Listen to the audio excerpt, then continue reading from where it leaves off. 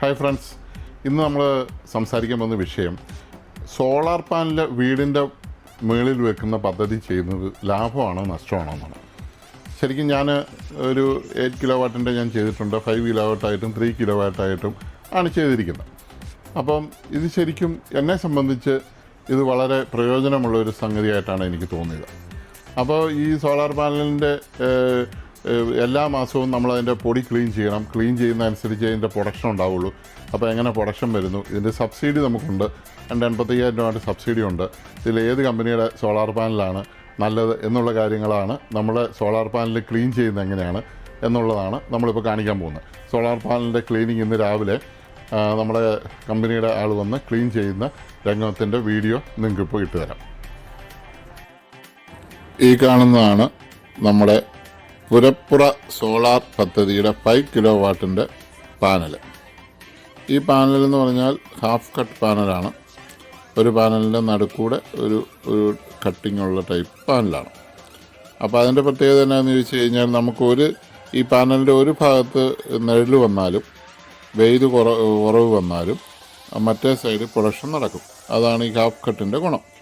പിന്നെ ഈ പാനൽ ടാറ്റയുടെ പാനലാണ്. ടാറ്റയുടെ ഒറിജിനൽ പാനൽ തന്നെയാണ് ഇത് ഉപയോഗിച്ചിരിക്കുന്നത്. അപ്പം ഇത് ശരിക്കും പറഞ്ഞാൽ ഇങ്ങനെ പൊടി പിടിച്ച് കിടക്കുകയായിരുന്നു.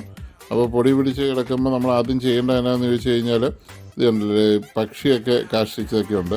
അത് നമുക്ക് ഇതുപോലത്തെ ഒരു തുണി വെച്ച് ഇങ്ങനെ തുടച്ച് നല്ലപോലെ ക്ലീൻ ചെയ്ത് ആദ്യം ഇച്ചിരി വെള്ളം ഒഴിച്ചാൽ പൊടിയെല്ലാം കളയണം.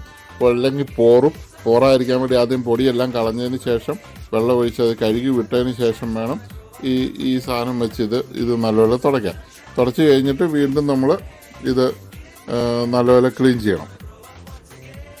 അപ്പം ഇതാണ് അതിൻ്റെ പാനൽ. നമുക്ക് ഭംഗിയായിട്ട് നമുക്ക് വീടിൻ്റെ മണ്ടയിലൊക്കെ ഇങ്ങനെ ഫ്ലാറ്റായിട്ട് സ്ഥലമുണ്ടെങ്കിൽ ഏറ്റവും നല്ല ഇതാണ്. അപ്പോൾ ഇത് നമുക്ക് ക്ലീൻ ചെയ്യാനും മറ്റു കാര്യങ്ങൾക്കുമൊക്കെ വളരെയധികം സൗകര്യമുണ്ട്. പിന്നെ ഇതിൻ്റെ വയറൊക്കെ താഴോട്ടിടാൻ വേണ്ടി പണിയുമ്പോൾ തന്നെ അതിൻ്റെ വയറൊക്കെ പ്ലാൻ ചെയ്ത് നമ്മൾ ഇട്ടിരുന്നതാണ്. അതുകൊണ്ട് ആ വിധ പ്രശ്നങ്ങളൊന്നും ഇതിനില്ല.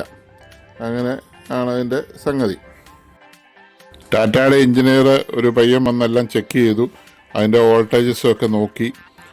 അവൻ വേറൊരു പയ്യനെ കൊണ്ടുവന്ന് അതെല്ലാം ക്ലീൻ ചെയ്യിച്ചു. എല്ലാം നല്ല ക്ലിയറാക്കി തന്നു. അങ്ങനെ ടാറ്റ മാത്രമേ ചെയ്യുന്നുള്ളൂ. മറ്റേ 3 കിലോ വാട്ട് ഞാൻ വെച്ചിരിക്കുന്ന വേറൊരു കമ്പനിയുടെ ആണ് വെച്ചിരിക്കുന്നത്. അവരങ്ങനെയുള്ള സപ്പോർട്ടുകളൊന്നും അവർ തരുന്നില്ല. ടാറ്റ നല്ല സപ്പോർട്ടാണ് തരുന്നത്. അവർ നമ്മുടെ പ്രൊഡക്ഷൻ എങ്ങനെയുണ്ട്, നമ്മളുടെ ഇതനുസരിച്ചുള്ള എല്ലാ കാര്യങ്ങളും വന്ന് നോക്കി ക്ലീനായോ എന്നും എല്ലാം ശ്രദ്ധിക്കുകയും ചെയ്യുന്ന 2 പിള്ളേർ വന്നായിരുന്നു. അവരത് എല്ലാം കൃത്യമായിട്ട് അവർ ചെയ്തിട്ടുണ്ട്. എല്ലാം നല്ല പ്രൊഡക്ഷനുണ്ട്, ഒരു പ്രശ്നവും ഇല്ല എന്ന് പറഞ്ഞു. നമ്മളെ ഇതെല്ലാം കാണിച്ച് ബോധ്യപ്പെടുത്തിയതിന് ശേഷം അവർ സൈൻ ചെയ്ത് പോവുകയും ചെയ്തു.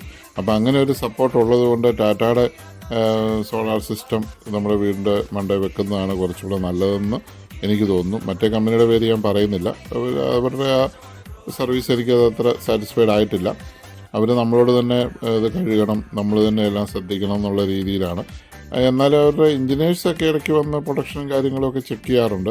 അങ്ങനെ ചെക്ക് ചെയ്ത് ക്ലീൻ ചെയ്തൊക്കെ റെഡിയാക്കി തരണമെന്നാണ് അതിൻ്റെ ഒരു റൂള്. അതൊന്നും അവർ പാലിക്കുന്നില്ല. പക്ഷേ ടാറ്റ ഓക്കെ. നമുക്കിപ്പം ഇതിപ്പോൾ ഒരു 13-ാം തീയതി ആയപ്പോഴത്തേക്കും നമുക്കൊരു 350-400 യൂണിറ്റ് അടുത്ത് കറണ്ട് കയറി കഴിഞ്ഞു. അപ്പോൾ ഒരു ആവറേജ് ഒരു 750 നല്ല പ്രൊഡക്ഷനുള്ള സമയത്ത്, അതായത് വെയിലുള്ള സമയത്ത് ഒരു 750-800 യൂണിറ്റ് കറണ്ട് ഒരു ദിവസം ഒരു മാസം നമുക്ക് കിട്ടും.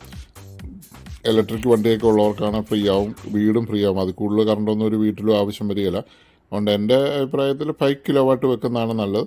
5 കിലോ വാട്ട് വെച്ച് കഴിഞ്ഞാൽ ടാറ്റയുടെ വെച്ചാൽ നല്ല പ്രൊഡക്ഷൻ കിട്ടും. പിന്നെ നമുക്കൊരു മിച്ചം വരുന്ന കറണ്ട് അതിൻ്റെ പൈസ നമുക്ക് KSEB തിരിച്ചു തരികയും ചെയ്യും.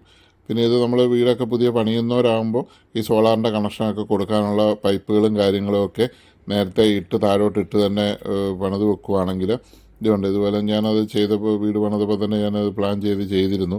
അങ്ങനെ ചെയ്ത് വെക്കുകയാണെങ്കിൽ പിന്നെ കുത്തിപ്പൊളിക്കാനും പൊട്ടിക്കാനും വാർക്ക പൊട്ടിക്കാനൊന്നും പാടില്ല. അത് നമ്മളെ വേസ്റ്റ് വാട്ടർ പോകുന്നതാണേലും അതുപോലെ പ്ലംബിങ്ങിൻ്റെ വയറുകൾ പോകുന്നതാണേലും എവിടെയെല്ലാം പ്ലാൻ ചെയ്തിട്ടുണ്ടോ അവിടെ മുഴുവൻ പൈപ്പ് വാർക്കുന്നതിന് മുമ്പ് ആ പൈപ്പ് ഇട്ട് വേണം ഇത് വാർക്കാൻ. അല്ലെങ്കിൽ ഇത് പൊട്ടിച്ചു കഴിഞ്ഞാൽ നമുക്കത് വാർക്കയ്ക്ക് വിള്ളൽ വരികയും വാർക്കയ്ക്ക് ചോർച്ച ഉണ്ടാകുകയും വെള്ളം പനയ്ക്കുകയും ചെയ്യുന്ന പ്രശ്നമുണ്ടാവും.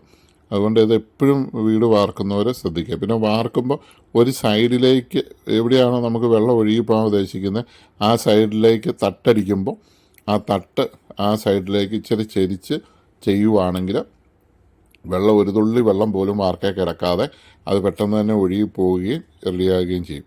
അപ്പോൾ ഇത്രയുള്ള കാര്യങ്ങൾ. എന്തെങ്കിലും സംശയമുള്ളവർക്ക് ചോദിക്കാം, മറുപടി തരുന്നതാണ്. ഒരു ലൈക്ക് അടിച്ചേക്കണേ, ഒന്ന് സബ്സ്ക്രൈബ് ചെയ്തേക്കണേ.